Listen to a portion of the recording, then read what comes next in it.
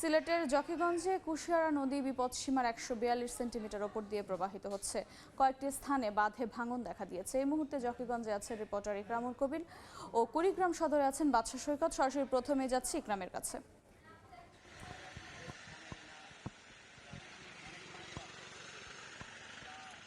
আমি এই মুহূর্তে আছি সিলেটের একেবারে সীমান্তবর্তী উপজেলা জকিগঞ্জের একেবারে সীমান্তর কাছেই।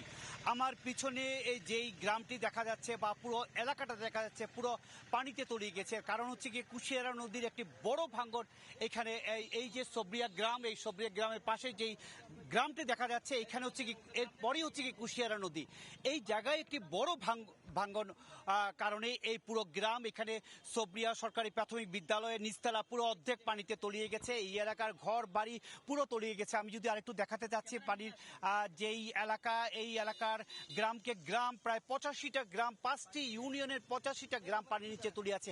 আমি এই মুহূর্তে আছি জকিগঞ্জ সদর ইউনিয়নের এবং ঠিক পাশেই হচ্ছে গিয়ে জকিগঞ্জ পৌরসভা। এই পৌর এলাকা সহ পুরো পথ ঘাট এলাকা পানির নিচে তলিয়ে যাচ্ছে। যত সময় যাচ্ছে ততই পানির উচ্চতা বাড়ছে, ঘর বাড়ি ডুবছে, মানুষজনের একটি দুর্বিষহ অবস্থার মধ্যে পড়ে গেছে, ঝুঁকির মধ্যে পড়ে গেছে, বিপজ্জনক অবস্থার মধ্যে পড়ে গেছে।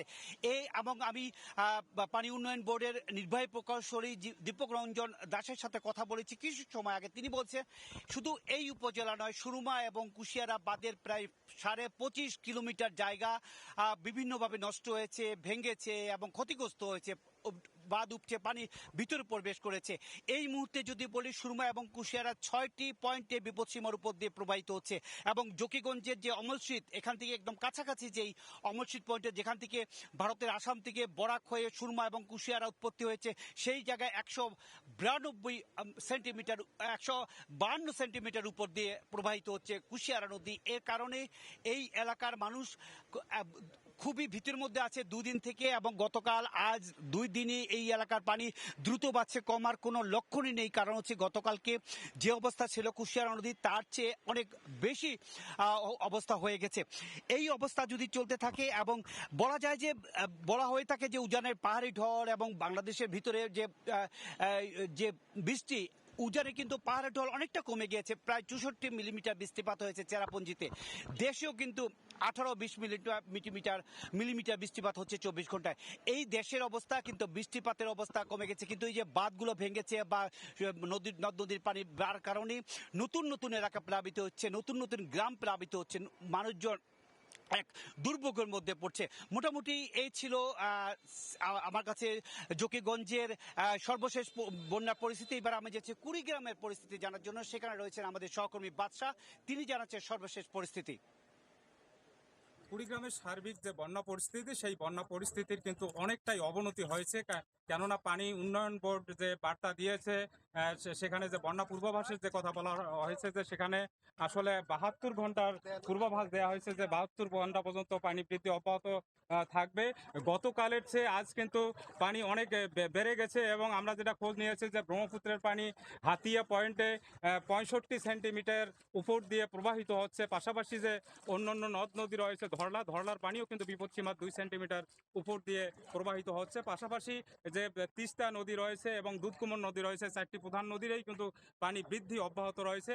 এই পানি বৃদ্ধির ফলেই কিন্তু চরাঞ্চলের যে ঘরবাড়ি, সেগুলো কিন্তু তলিয়ে গেছে। পাশাপাশি যে কাঁচা পাকা সড়ক, সেই সড়কও কিন্তু তলিয়ে মানুষের যাতায়াতের যে দুর্ভোগ, সেই দুর্ভোগে কিন্তু পড়েছে।